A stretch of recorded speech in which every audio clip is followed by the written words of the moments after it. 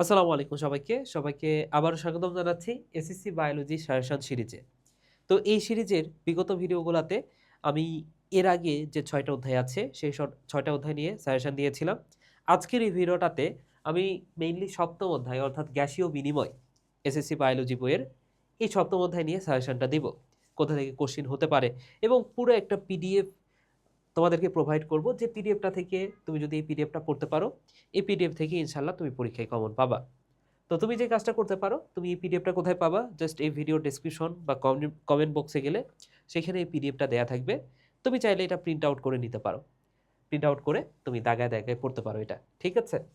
তো আমি এই সিরিজের যে ভিডিওগুলা, এই ভিডিওগুলাতে যে কাজটা করার চেষ্টা করি, মেইনলি প্রথমে কোন টপিকগুলা বেশি গুরুত্বপূর্ণ, কোথা থেকে প্রশ্ন আসে, সেটা তো এখানে লেখা আছে, সেটা একটু দেখানোর চেষ্টা করি এবং কোন একটা গুরুত্বপূর্ণ টপিক এই অধ্যায় থেকে, যেটা হয়তোবা অনেকেই ভালোমতো বোঝো না, কয়েক মিনিটের মধ্যে এই টপিকটা একটু বোঝানোর চেষ্টা করি। তো আজকেও আমি গুরুত্বপূর্ণ টপিকগুলো দেখাবো এবং ছোট্ট একটা বিষয় তোমাদেরকে দেখানোর চেষ্টা করব, পড়াবো আর কি।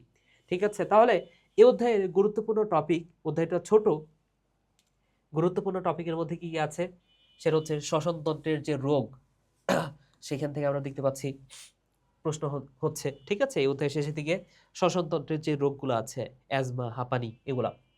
এরপরে মানুষের শ্বাস-প্রশ্বাস যে প্রক্রিয়াটা আছে এবং গ্যাসীয় বিনিময় কিভাবে হয়, এই বিষয়টা। অর্থাৎ অ্যালভিওলাসে গ্যাসের বিনিময় তো হয় কার্বন ডাই অক্সাইড আর অক্সিজেনের, তাই না?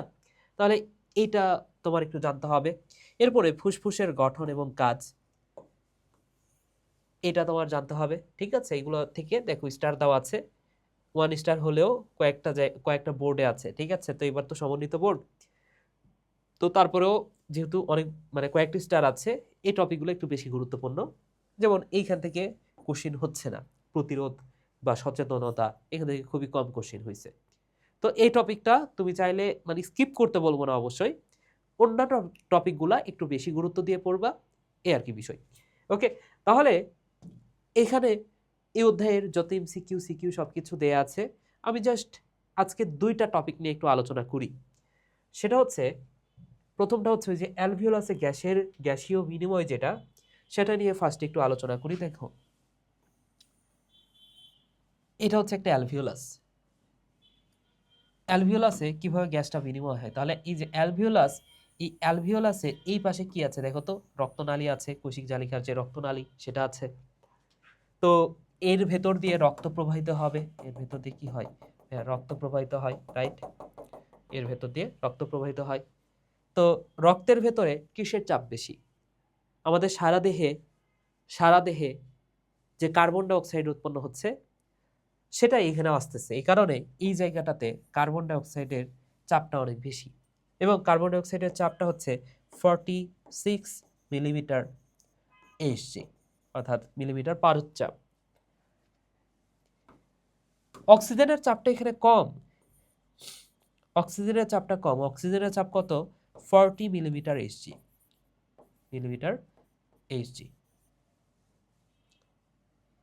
আর আমরা যেহেতু শ্বাস প্রশ্বাস নিচ্ছি নাক দিয়ে, শ্বাস নিলে কি নিচ্ছি? মেইনলি অক্সিজেনটাই তো নিচ্ছি। তাহলে এইখানে যে অক্সিজেনটা আসলো, সেই অক্সিজেনের চাপ এখানে বেশি নিশ্চয়ই, যেহেতু আমরা অক্সিজেনটাই নিচ্ছি। তাহলে এই অক্সিজেনের চাপ কত? এখানে হচ্ছে 107 মিলিমিটার এইচজি পারদ চাপ। এবং এখানে কার্বন ডাই অক্সাইডের চাপটা কত? কার্বন ডাই অক্সাইডের চাপটা হবে কম। ঠিক আছে? কারণ আমরা তো অক্সিজেন নিচ্ছি, কার্বন ডাই অক্সাইড তো চাপ তো এখানে কমই হবে। তো কার্বন ডাই অক্সাইডের চাপ হচ্ছে মাত্র 40 মিলিমিটার এইচজি। কত? 40 মিলিমিটার এইচজি। তো এই কারণে যে ঘটনাটা ঘটবে সেটা হচ্ছে, তোমরা একটা প্রক্রিয়ার নাম শুনেছো, ব্যাপন। ব্যাপন মানে কি বলতো? উচ্চ ঘনত্বের স্থান থেকে নিম্ন ঘনত্বের স্থানে যদি প্রবাহিত হয় কোনো কিছু, সেটা হচ্ছে ব্যাপন। তাহলে এখানে কার্বন ডাই অক্সাইডের ঘনত্ব বেশি। তার মানে কি? কার্বন ডাই অক্সাইডটা কি হবে বলতো? কার্বন ডাই অক্সাইডটা এই কৈশিক নালী থেকে এইখানে চলে আসবে, কারণ এইখানে কার্বন ডাই অক্সাইডের ঘনত্ব কম। আবার এখানে যেহেতু অক্সিজেনের ঘনত্ব কম, এখানে বেশি, তাহলে বেশি থেকে অক্সিজেনটা এই কৈশিক নালীর মধ্যে চলে আসবে। এটা হচ্ছে কৈশিক নালী বলতে পারি, কৈশিক নালী। বলতে পারি। ওকে, তো কৈশিক নালীর মধ্যে চলে আসবে। তাহলে এইভাবে কি হবে, গ্যাসীয় বিনিময়টা ঘটবে। এরপরে কি হবে, প্রশ্বাস নিলাম, তারপরে তো নিঃশ্বাস হবে, তাহলে নিঃশ্বাসের সাথে এই কার্বন ডাইঅক্সাইড যেহেতু এখানে চলে আসছে, এবার কার্বন ডাইঅক্সাইড এখানে চলে আসলো, এই কার্বন ডাইঅক্সাইডটা এখন বের করে দিব নিঃশ্বাসের মাধ্যমে। এ হচ্ছে গ্যাসীয় বিনিময়। এবং আরো একটা বিষয়, সেটা হচ্ছে আমরা শ্বাস প্রশ্বাস কিভাবে নিই, মুখেই বলি এটা।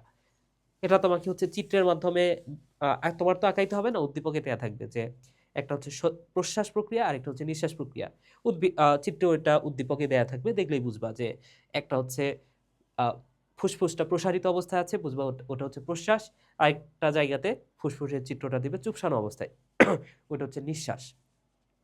ঘটনা দুইটা শ্বাস প্রশ্বাসের সময়। আমাদের ধরে নাও এটা হচ্ছে ফুসফুস, রাইট? এটা হচ্ছে ফুসফুস, এদিক দিয়ে শ্বাসনালী আসলো। হ্যাঁ, এই যে এটা হচ্ছে শ্বাসনালী ধরে নাও। হ্যাঁ, শ্বাসনালী এসে ফুসফুসে প্রবেশ করলো। ওকে, এখন এই ফুসফুসের নিচে, অর্থাৎ আমার ফুসফুস তো এখানে, তাই না? তো এটা তো বক্ষ, বুক, নিচের দিকে হচ্ছে উদর। এই বুক, বক্ষ গহ্বর আর উদর গহ্বরের মাঝে যে জিনিসটা আছে, সেটা হচ্ছে ডায়াফ্রাম। মাঝে যে জিনিসটা, সেটার নাম কি ভাইয়া? ডায়াফ্রাম। ডায়াফ্রাম আছে, ঠিক আছে?